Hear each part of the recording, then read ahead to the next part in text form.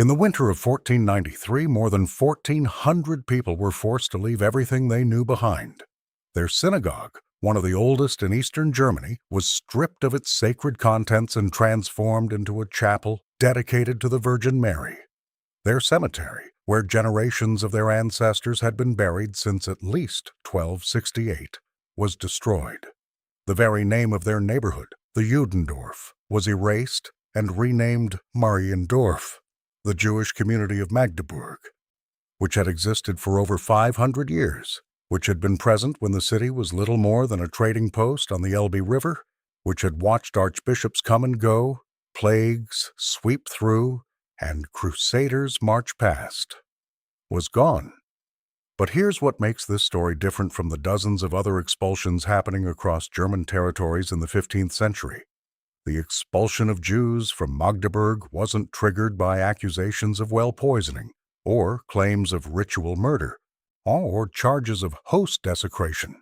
The official reason given was an unimportant altercation between two Jews and two monks. That's it, a street argument. And yet it resulted in the complete elimination of one of Germany's oldest Jewish communities. So what really happened? And why, in a city where Jewish merchants had been trading since the time of Otto the Great, did everything fall apart in the final decade of the 15th century? To understand the expulsion of 1493, we have to go back more than 5 centuries to the very beginnings of Magdeburg itself. The year is 965. Otto the Great, the Holy Roman Emperor, issues a document that mentions Jews and other traders living in Magdeburg. This is the earliest written reference to Jewish presence in the city, and it tells us something important. From the very beginning, Jews were an integral part of Magdeburg's commercial identity. Otto placed the Jews under the exclusive jurisdiction of the archbishop. This wasn't unusual for the time. Throughout medieval Europe, Jews existed in a peculiar legal space. They weren't exactly citizens, they weren't exactly foreigners, and they weren't exactly serfs. They were something else entirely, subjects of whoever claimed authority over them, whether that was an emperor, a king, an archbishop, or a city council. In Magdeburg, that authority belonged to the archbishop. The Jews lived in a separate quarter called the Judendorf, which was situated in the south of the city, within the archbishop's domain, rather than the municipal territory. This geographical distinction would prove fateful centuries later. The location of Magdeburg itself made it ideal for commerce. The city sat at a ford across the Elbe River, serving as a gateway between the established German territories to the west and the Slavic lands to the east. Jewish merchants, with their extensive trading networks that stretched across Europe and beyond, were perfectly positioned to facilitate this east-west trade. The Arabic traveler Ibrahim ibn Yaqub, himself Jewish, may have visited Magdeburg around 965 as part of a diplomatic mission from Cordoba. He gathered information about the Slavic peoples from Emperor Otto himself, information he later incorporated into his travel writings. Whether or not he actually visited the city, his presence in Otto's court suggests that Jewish traders and diplomats were already moving through these northern regions. For the Jewish community of Magdeburg, the first few centuries were relatively peaceful by medieval standards. We know the community was prosperous because Jews from Magdeburg participated in the funeral procession of Archbishop Walthard in 1012, publicly mourning alongside Christian residents.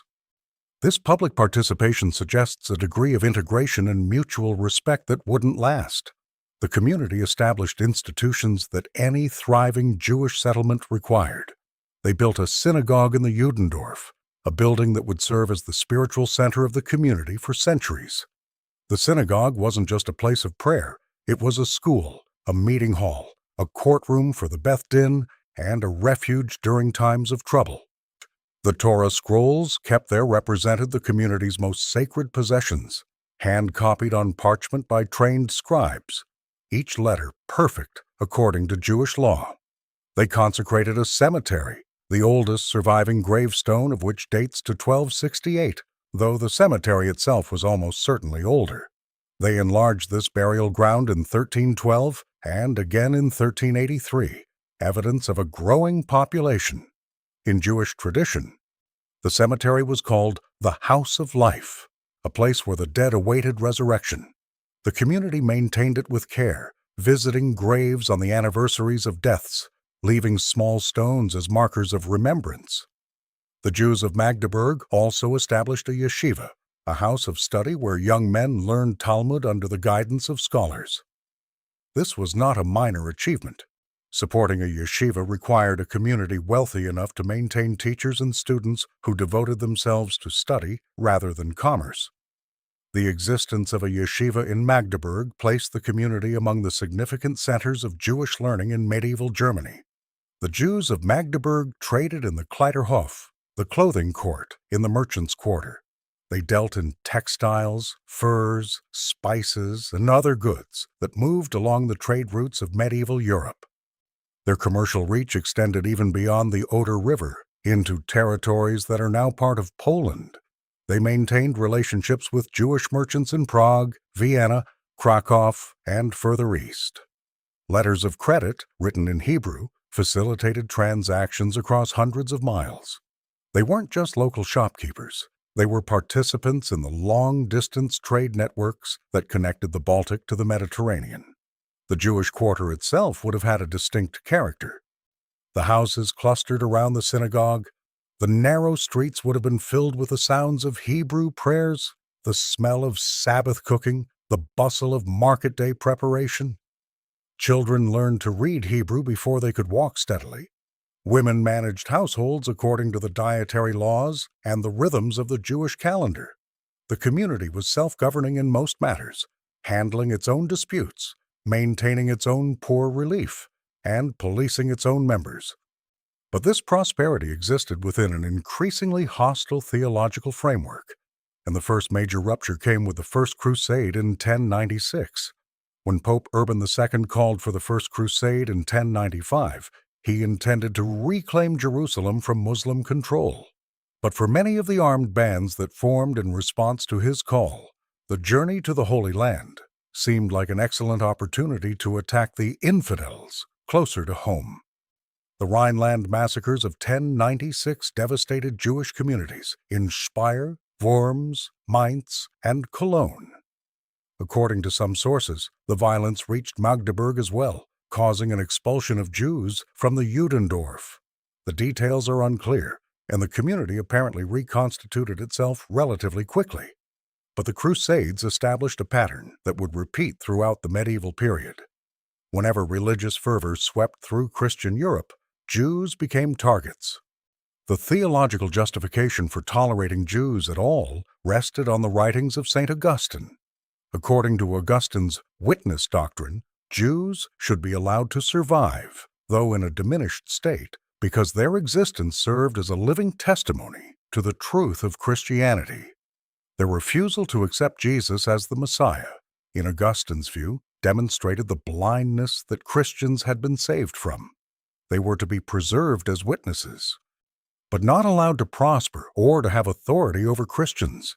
This doctrine provided a theological floor below which Jewish life could not sink, but it also created a ceiling. Jews could exist, but they must exist in a subordinate position. Any sign of Jewish prosperity, power, or influence could be interpreted as a violation of this divinely ordained order. In 1213, the soldiers of Otto IV destroyed the Judendorf during the civil war that racked the Holy Roman Empire. Otto IV was fighting against Frederick II of the Hohenstaufen dynasty for control of the empire, and Magdeburg found itself in the midst of this conflict. The Jewish quarter was sacked, though whether this was deliberate persecution or simply the collateral damage of warfare is unclear. What is clear is that the destruction was severe enough that 4 years later, in 1217, the Jews moved to nearby Sudenburg, where other Jews already lived. This relocation is significant. It shows that even in the face of violence and destruction, the Jewish community was resilient. They rebuilt, they adapted, and they continued trading and practicing their religion. But the 13th century brought changes that would fundamentally alter the relationship between Christians and Jews throughout Western Europe, and much of this change can be traced to the newly established mendicant orders, the Franciscans and the Dominicans. In the early 13th century, two new religious orders emerged that would transform European Christianity. The Franciscans, founded by Francis of Assisi around 1209, and the Dominicans, founded by Dominic de Guzman in 1216. Unlike the older monastic orders, which retreated from the world into isolated monasteries, the mendicants engaged directly with urban populations. They preached in marketplaces. They heard confessions. They taught in the newly established universities. And they made it their mission to combat heresy wherever they found it. For Jews, this new religious activism was ominous. The Cistercian Bernard of Clairvaux had actually protected Jews during the Second Crusade in 1147. But the mendicants took a different approach. They began to pay attention to Jewish religious literature, particularly the Talmud, the vast compendium of rabbinic law and lore that had guided Jewish life for centuries. What they found disturbed them. The Talmud, they discovered, was not simply a commentary on the Hebrew Bible. It contained independent traditions, debates among rabbis, stories about Jesus and Mary that Christians found blasphemous. The mendicants concluded that medieval Judaism was not the same religion as biblical Judaism. The Jews, in their view, had departed from their own scriptures. This was a revolutionary theological conclusion. If the Talmud represented a departure from true Judaism, then the Augustinian justification for tolerating Jews was weakened. The witness doctrine assumed that Jews preserved the Old Testament tradition unchanged.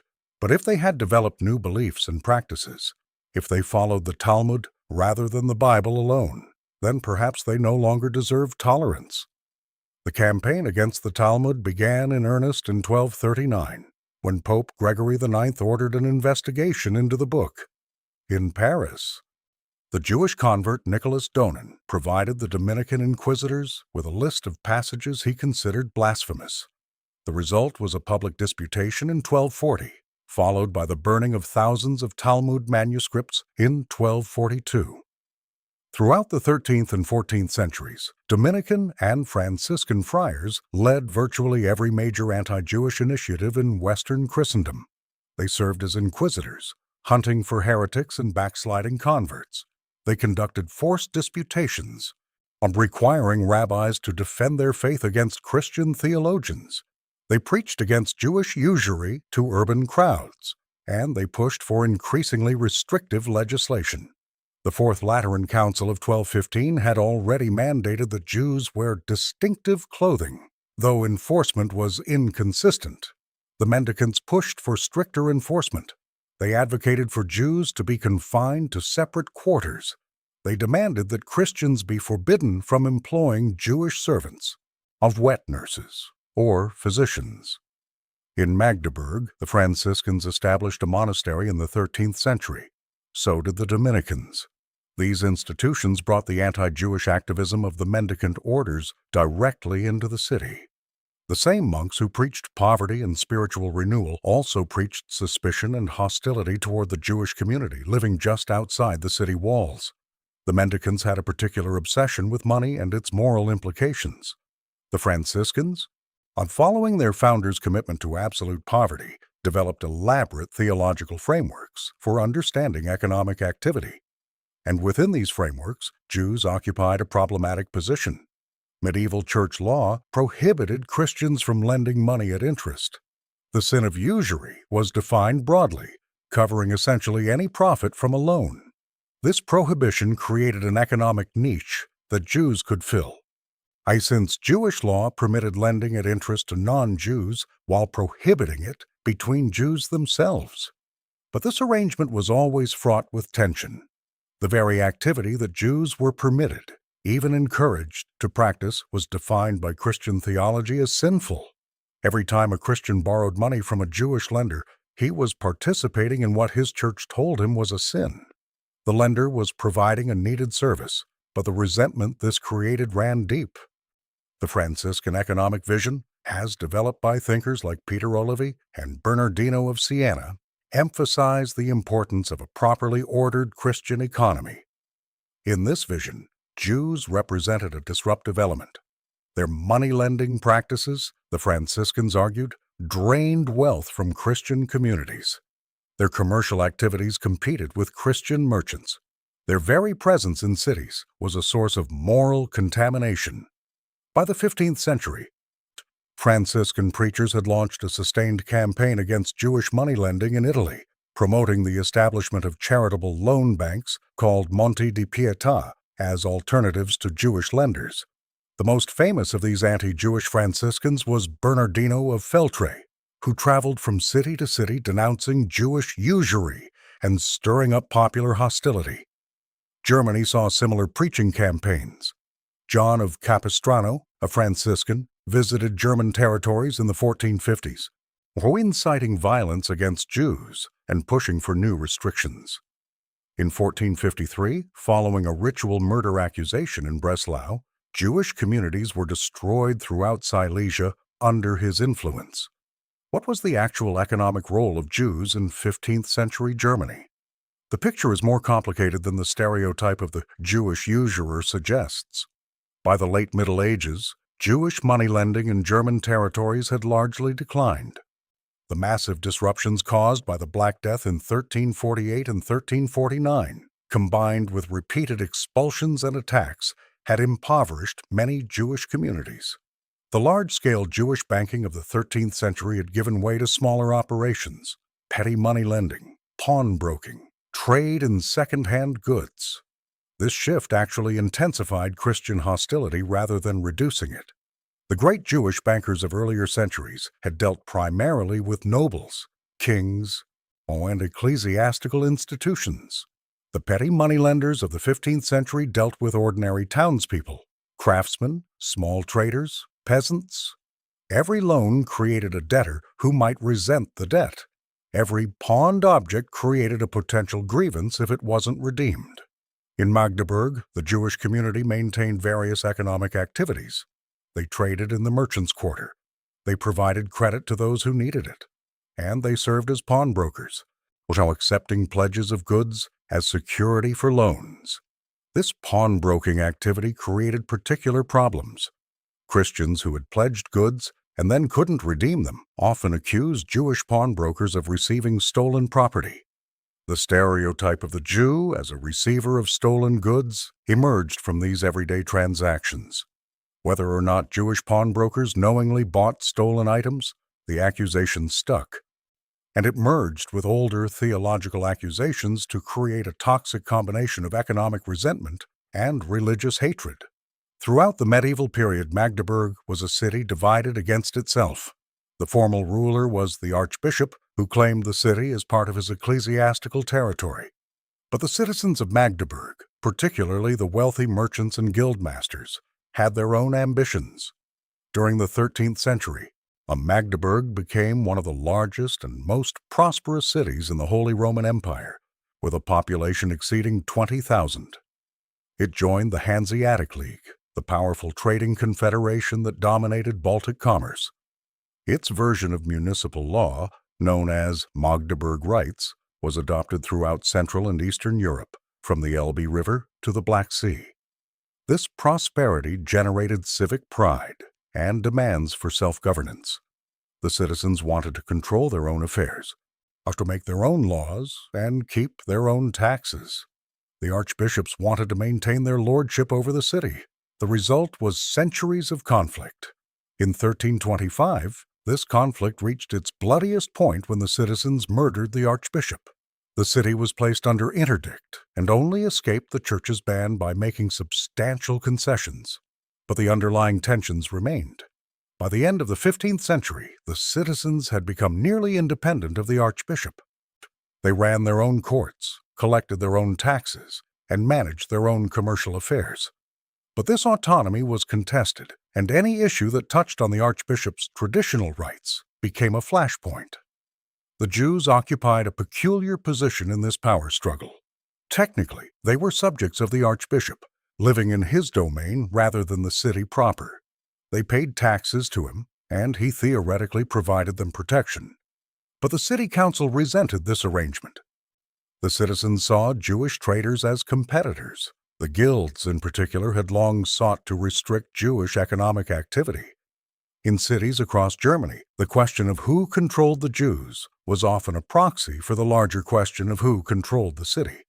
When the Archbishop of Cologne refused to expel the Jews in 1424, it was partly because doing so would mean ceding control to the city council, which wanted them gone.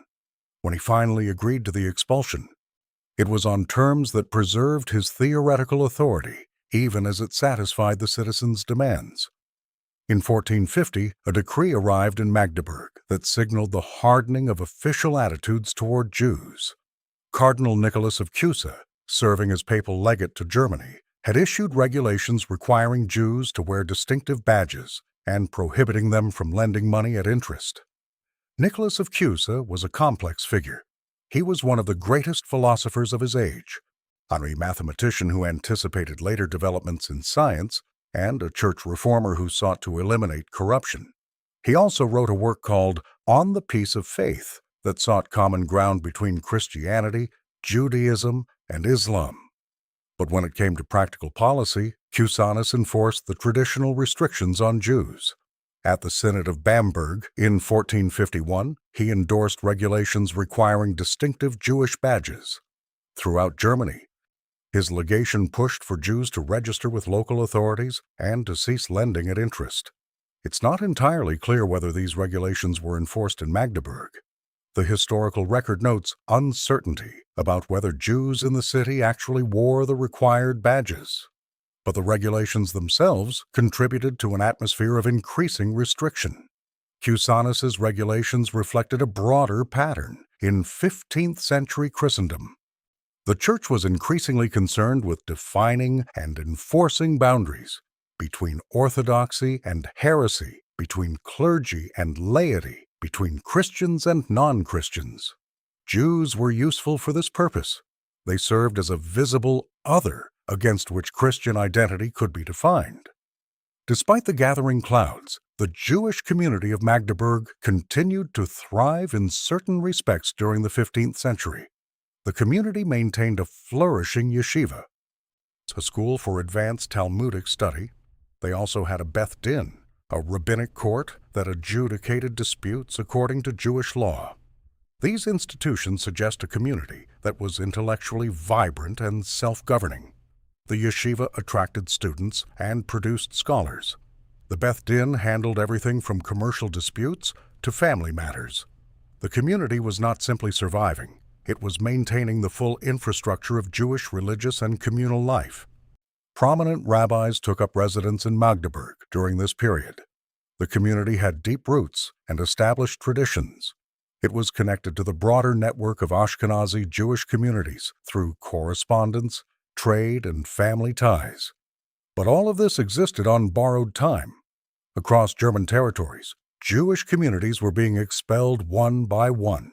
Vienna in 1421, Cologne in 1424, Augsburg in 1438, Breslau in 1453. Each expulsion sent refugees scrambling for new homes, and each expulsion emboldened those who wanted to rid their own cities of Jews. The formal arrangement by which Jews lived in Magdeburg was called Schutz, meaning protection. In exchange for substantial payments, the Archbishop granted Jews the right to reside in his territory and promised to protect them from violence. In 1410, Archbishop Gunther II issued a letter of protection, or Schutzbrief, to the Jewish community for a period of 6 years. The cost was 40 silver marks.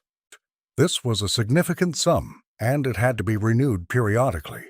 But the protection was unreliable. In 1410, immediately after issuing the Schutzbrief, Archbishop Gunther apparently attempted to extort additional money from the Judendorf.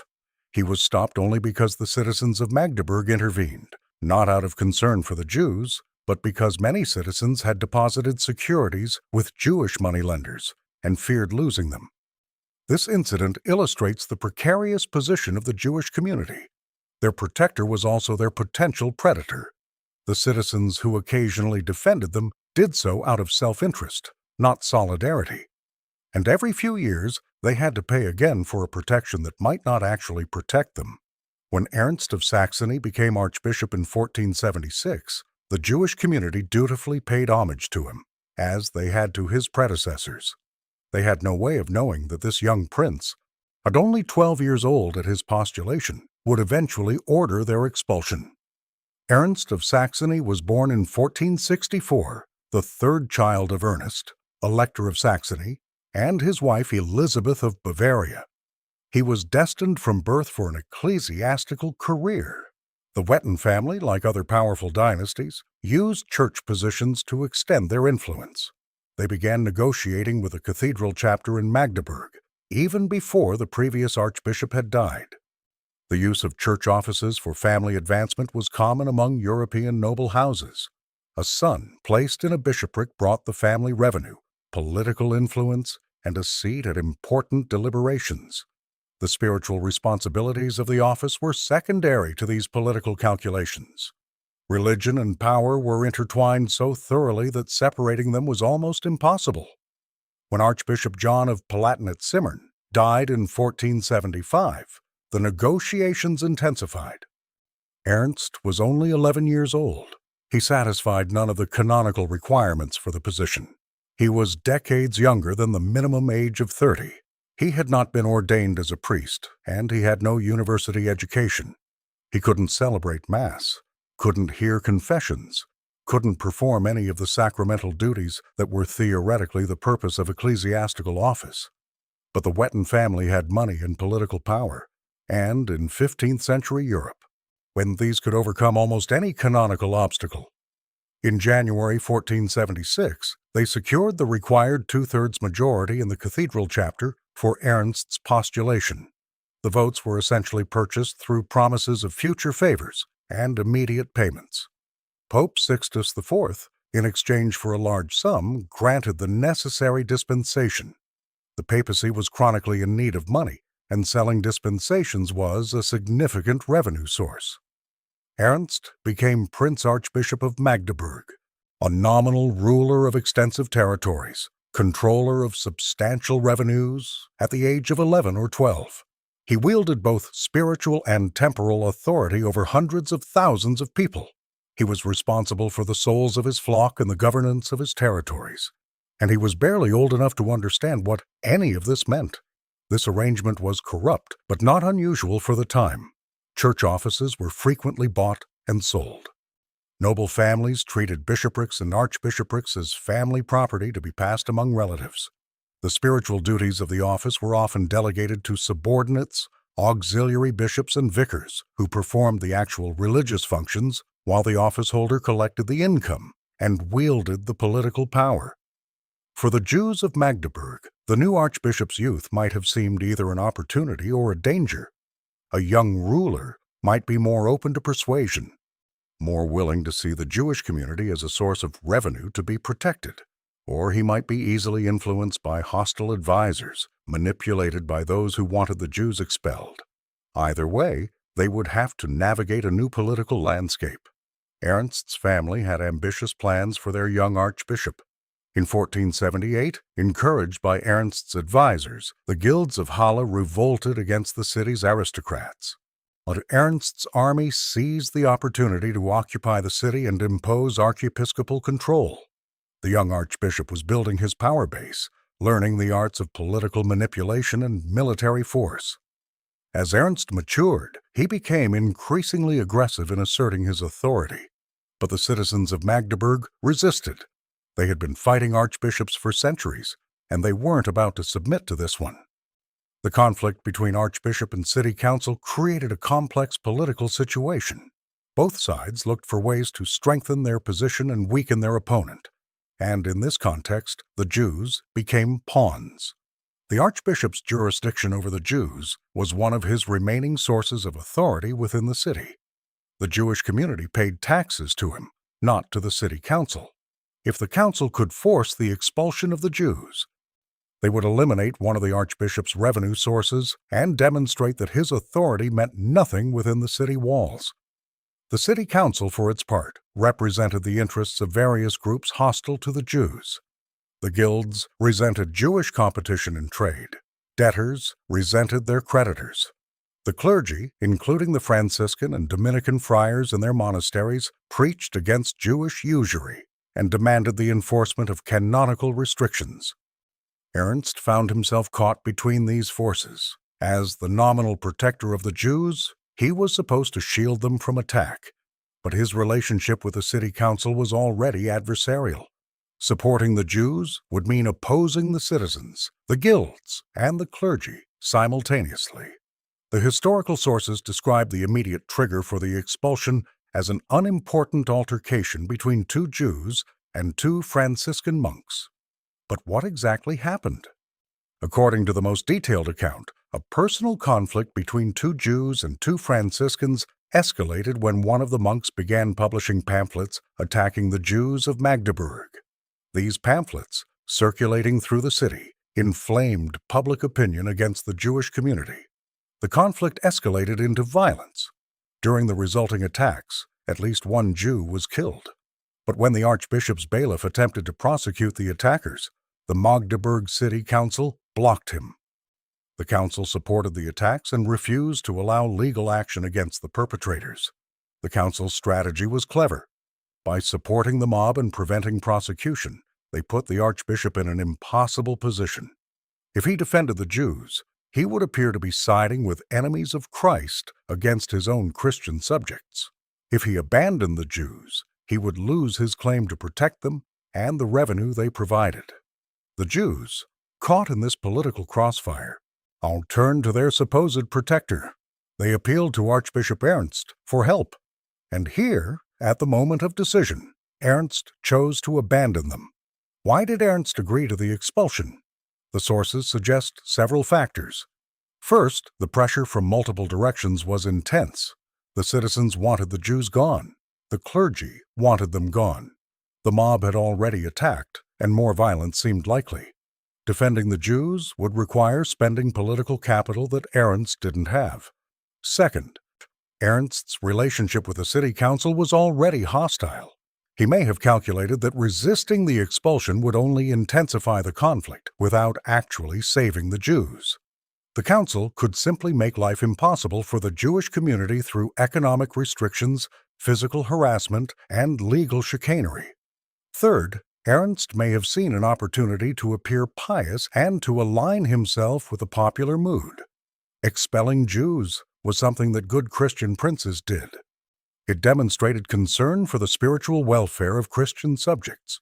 In an age when religious credentials mattered, the expulsion could burnish Ernst's reputation. Fourth, and perhaps most importantly, the expulsion could be carried out on terms that preserved Ernst's formal authority. The Jews would be compensated for their property, and the money would come from the city council. Ernst could claim that he had acted justly, protecting the Jews from mob violence by removing them from harm's way. The Edict of Banishment was issued in 1492, but enforcement was delayed for 9 months. During this time, the Councillor von Sudenberg negotiated compensation for the Jews. Their houses and goods were purchased at what was supposed to be equivalent value. Whether this compensation was actually fair is doubtful, but it gave the expulsion a veneer of legality. In 1493, the expulsion was carried out. Why more than 1,400 Jews left Magdeburg and the surrounding archbishopric? Where did they go? The historical record is frustratingly silent on this question. We know that expelled Jews from German cities typically had few options. Some went to other German territories that still tolerated Jews. Frankfurt, which never expelled its Jews despite repeated pressure, became a refuge for expelled communities and grew in importance as other cities emptied. Some went east to Poland, Lithuania, where the nobility welcomed Jewish settlers to develop underpopulated territories. For the expelled Jews of Magdeburg, the journey would have been difficult. They were leaving in the middle of winter, forced to dispose of property hastily, carrying whatever they could manage. Many would have lost substantial wealth despite the supposed compensation. Some would have been elderly, or ill, or pregnant. The hardship of forced migration in the 15th century should not be underestimated. Imagine the scene. Carts loaded with whatever possessions could be saved. children confused about why they were leaving the only home they had ever known, elderly men and women taking one last look at the synagogue where they had prayed all their lives, at the cemetery where their parents and grandparents lay buried, the Torah scrolls wrapped in their mantles, carried by strong young men who understood that these were the most precious things the community possessed. The march out of the city gates, past the hostile stares of Christian neighbors, past the Franciscan monastery whose monks had helped bring this disaster upon them. Where would they sleep that night? Who would take them in? What awaited them at the end of the road, if there was an end? These questions would have weighed heavily on every member of the community. The more fortunate among them had relatives in other cities who might offer shelter. Jewish communities across Europe maintained networks of mutual aid, and a family expelled from one city might find refuge with distant cousins in another. The wealthy might have had business contacts who could help them establish themselves elsewhere. The scholars might find positions in other yeshivot. But the poor, the elderly, the disabled, those with no connections beyond Magdeburg, what became of them? The sources don't tell us. History records the expulsion, but not its human cost. We know that 1,400 people were expelled. We don't know how many survived the following year. The suffragan bishops who answered to the Archbishop of Magdeburg followed his example. The bishops of Naumburg-Zeitz and Merseburg also expelled their Jewish communities. The entire region was being emptied. Refugees from one territory might find that the neighboring territory had closed its doors as well. The wave of expulsion was coordinated, whether deliberately or simply through imitation, leaving Jews with fewer and fewer options. The physical transformation of the Judendorf tells the story of cultural erasure. The synagogue, where generations of Magdeburg Jews had prayed, studied Torah, and gathered as a community, was converted into a chapel dedicated to the Virgin Mary. It was renamed the Marienkapelle. This wasn't unusual throughout medieval Europe.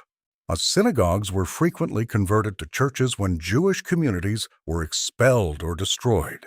The act served multiple purposes. It symbolically claimed the Jewish sacred space for Christianity. It erased the physical evidence of Jewish presence, and it provided a ready-made building for Christian worship. The conversion of the synagogue to a chapel dedicated to Mary was particularly pointed. Marian devotion was at a peak in 15th century Europe. The Virgin was seen as the ultimate intercessor, the mother who would plead with her son on behalf of sinners. But she was also invoked against the Jews, who had, according to Christian belief, rejected her son and caused his crucifixion. The Judendorf itself was renamed Mariendorf, literally Mary's village. The very memory of Jewish habitation was to be replaced with Marian piety. Future generations would walk through Mariendorf without knowing that Jews had ever lived there. Perhaps even more devastating than the loss of the synagogue was the destruction of the Jewish cemetery. Cemeteries held profound significance in Jewish tradition. The dead were to rest undisturbed until the resurrection. The graves of ancestors were sites of pilgrimage and prayer. To destroy a cemetery was to violate not just the living community, but generations of the dead. The oldest gravestone in the Magdeburg cemetery dated to 1268, suggesting the cemetery had been in use for at least 2¼ centuries. It had been enlarged twice, in 1312 and 1383, to accommodate the growing community. The inscriptions on these stones recorded names, dates, and brief biographies.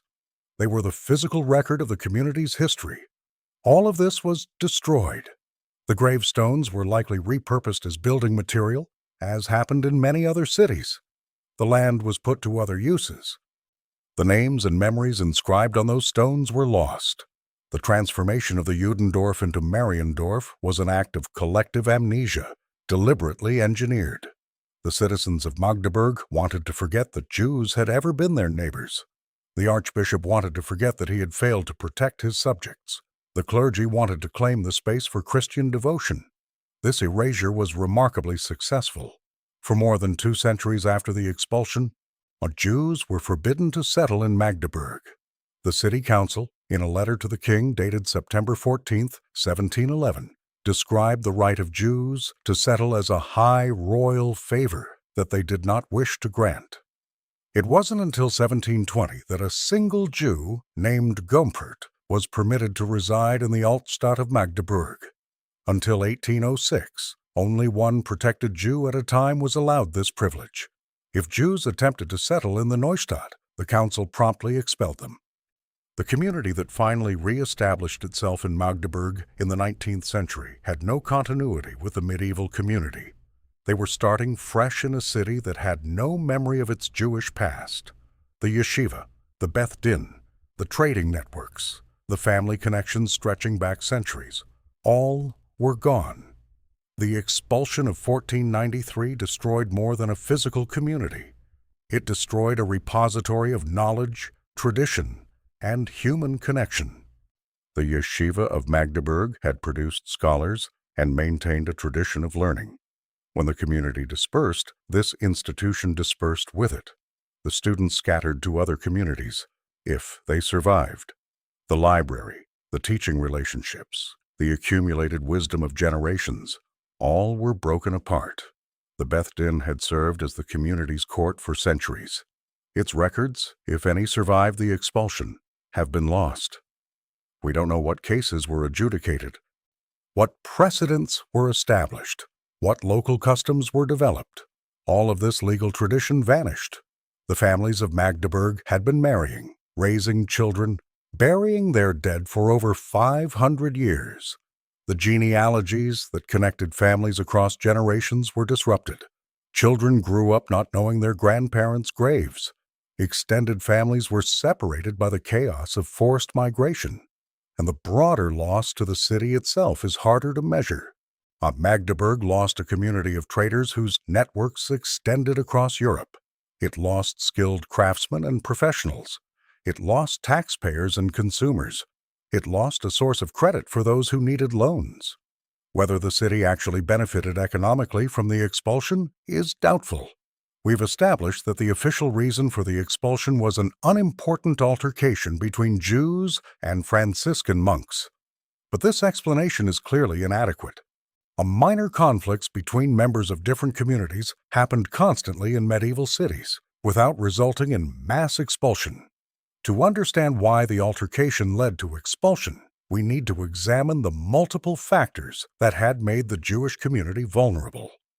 By 1493, centuries of Christian anti-Jewish teaching had created a climate of profound hostility. Jews were Christ killers. Jews were blind to the truth. Jews were agents of the devil. Jews practiced secret rites involving Christian blood. Jews poisoned wells. Jews desecrated the consecrated host. These accusations, repeated from pulpits and in popular culture, had created a reservoir of hatred that could be tapped at any moment. The mendicant orders, particularly the Franciscans and Dominicans, had intensified this hatred by bringing it directly to urban populations through their preaching. In Magdeburg, where both orders maintained monasteries, their influence would have been felt. The conflict that triggered the expulsion involved Franciscan monks. This wasn't coincidental. The Franciscans had been at the forefront of anti-Jewish agitation for 2 centuries. A dispute involving Franciscans was particularly likely to escalate because the friars had both the motivation and the platform to inflame public opinion. The economic role of Jews in medieval society created inevitable resentments.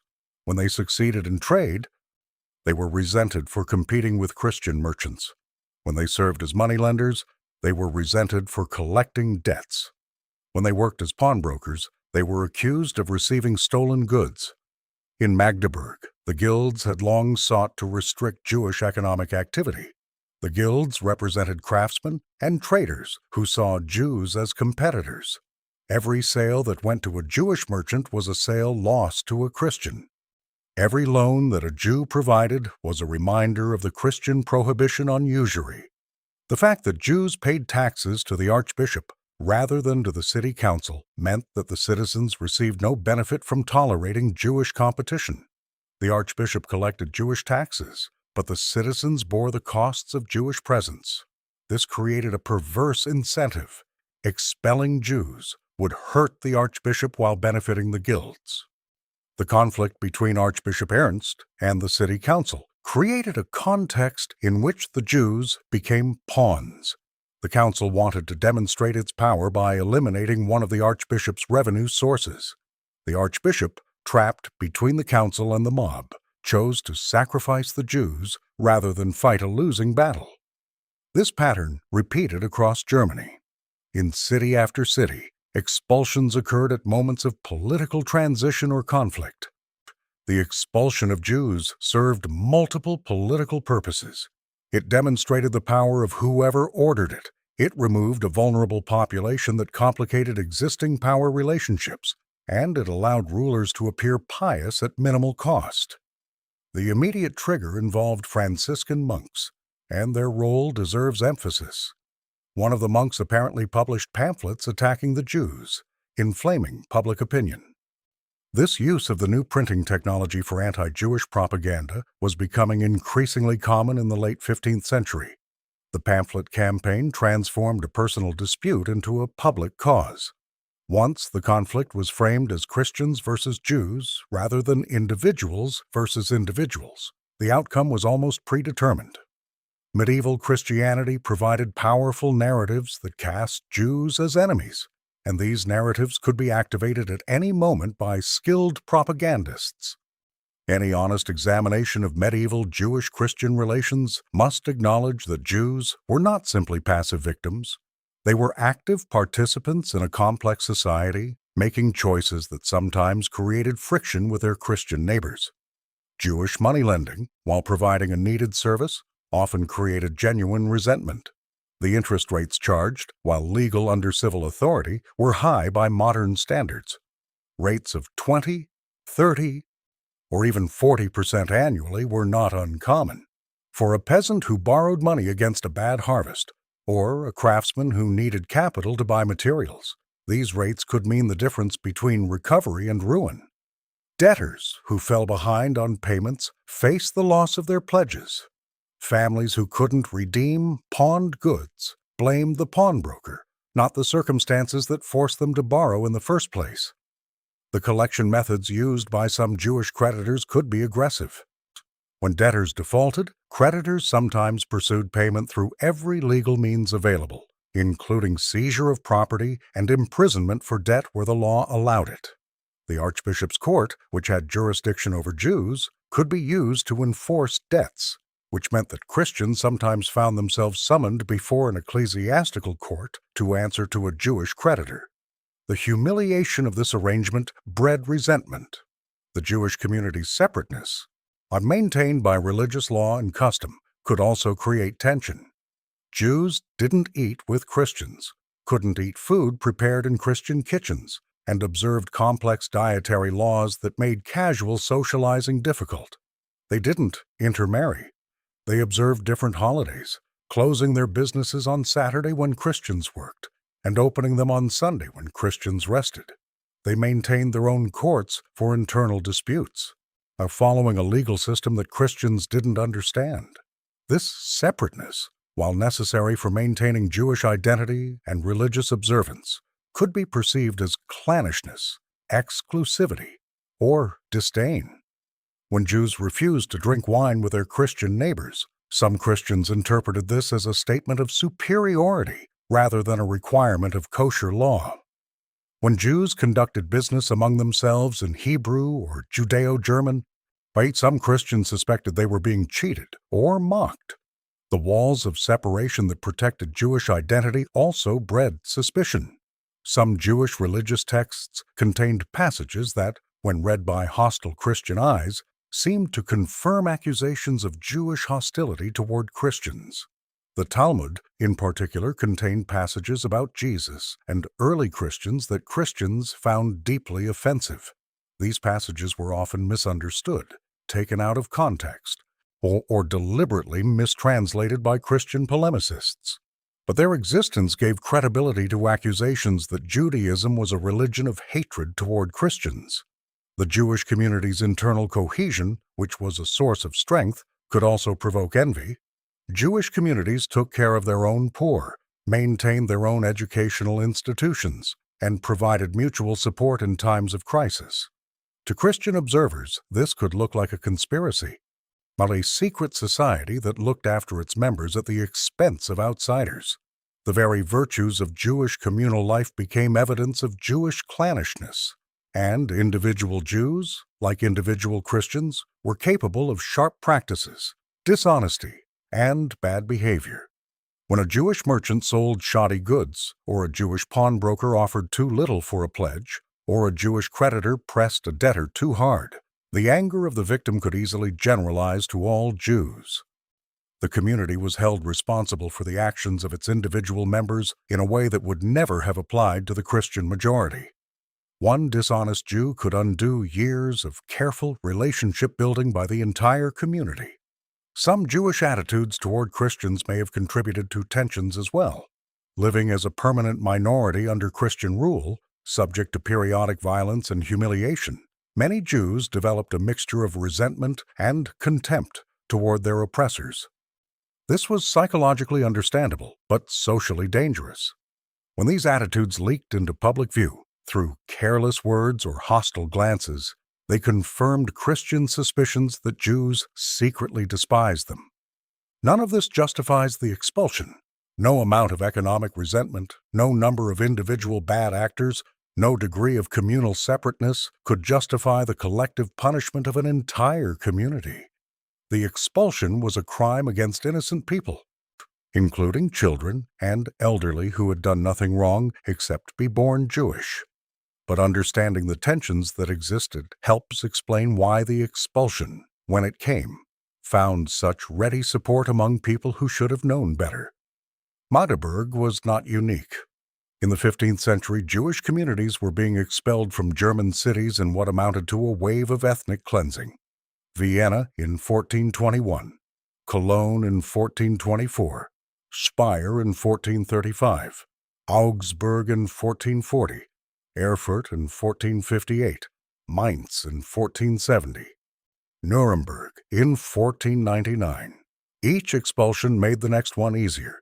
Each precedent demonstrated that Jews could be removed without serious consequences.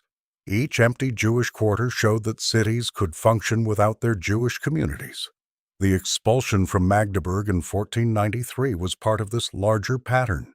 It reflected the same theological hatreds, the same economic resentments, the same political calculations that drove expulsions elsewhere.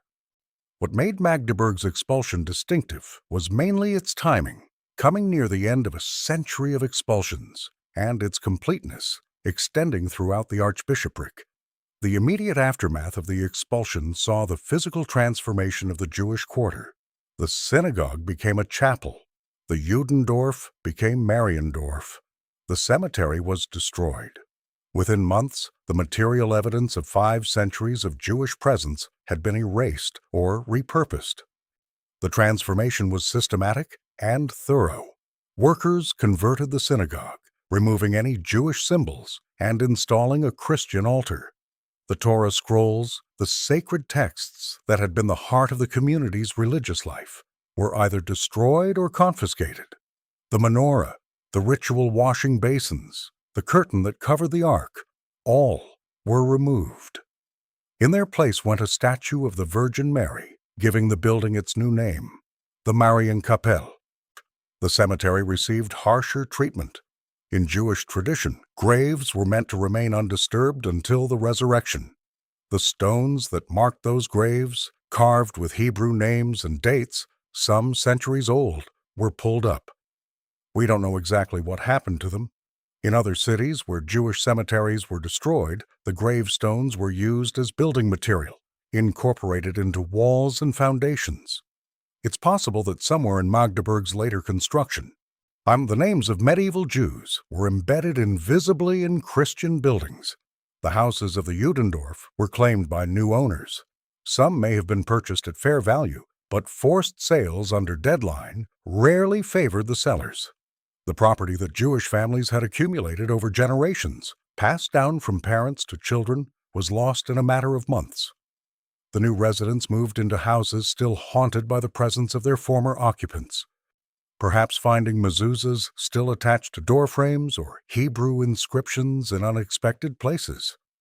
But what about the people of Magdeburg? How did they respond to the sudden absence of their Jewish neighbors? Some, no doubt, celebrated. The guilds had achieved their goal of eliminating Jewish competition. The clergy had purified the city of what they saw as a source of spiritual contamination. The mob that had attacked the Judendorf could feel that their violence had been vindicated by official action. There may have been public celebrations, processions of thanksgiving, sermons praising the city for its newfound purity. Others may have had more complicated feelings. Christians who had done business with Jews now had to find other sources of credit. Those who had pawned goods with Jewish lenders faced the difficulty of recovering their pledges during the chaos of expulsion. The network of economic relationships that had developed over centuries couldn't be replaced overnight. Some Christians may have quietly regretted the loss of Jewish merchants who had provided goods and services that weren't easily found elsewhere. The servants and employees of Jewish households, many of them Christians, lost their employment. The suppliers who had sold goods to Jewish merchants lost customers. The officials who had collected taxes from Jews lost revenue. The economic disruption rippled outward, affecting people who had no particular hostility toward Jews and who may have wished the expulsion hadn't happened. The city council, having demonstrated its power over the archbishop, moved on to other concerns. The conflict between civic and ecclesiastical authority would continue for decades. The Jews, having served their purpose as pawns in this struggle, were forgotten. The council's letters and records rarely mention them after 1493, except occasionally to reaffirm the ban on Jewish settlement. Archbishop Ernst continued his troubled rule until his death in 1513. The symptoms of what may have been syphilis appeared around 1503, and he spent his final years based at Moritzburg Castle in Halle. On August 2nd, 1513, foreseeing his death, he confessed his sins. He died the next day. His tomb in the Magdeburg Cathedral still exists, featuring his sculpted image. The inscription makes no mention of the expulsion of the Jews. For Ernst, it was apparently just one event among many in a long career. Whether he ever regretted the expulsion, we cannot know. The sources give no indication of remorse. In the calculus of 15th century politics, sacrificing a vulnerable minority to avoid a conflict with powerful citizens was simply prudent governance. After 1493, Jews were banned from Magdeburg for nearly 2 centuries. The city that had once hosted one of the oldest Jewish communities in eastern Germany became a place where Jews could not live, could not trade, could not even stay overnight without special permission. When the city was devastated during the 30 Years' War, sacked by Tilly's troops in 1631, with perhaps 20,000 civilians killed, the Jews were still banned. The terrible event known as the Magdeburg Quarter entered military vocabulary as a term for complete destruction. But there were no Jews among the dead. They had been expelled 138 years earlier. The city burned, its churches were looted, its citizens were massacred, and the Jewish quarter that had once stood in the south of the city had long since ceased to exist. It wasn't until 1671 that the great elector of Brandenburg, Friedrich Wilhelm I, began readmitting Jews to his territories, including Magdeburg. Even then, the hostility of the city council meant that permanent Jewish settlement only became possible under French rule in the 19th century. The new community that eventually emerged had no connection to the medieval community. They were strangers in a city that had once been home to their distant ancestors. The expulsion of the Jews from Magdeburg in 1493 was not an isolated event. It was the product of centuries of theological teaching that cast Jews as enemies of Christ. It was the product of economic arrangements that created inevitable resentments. It was the product of political conflicts that made the Jews expendable. It was the product of mendicant preaching that inflamed popular hostility.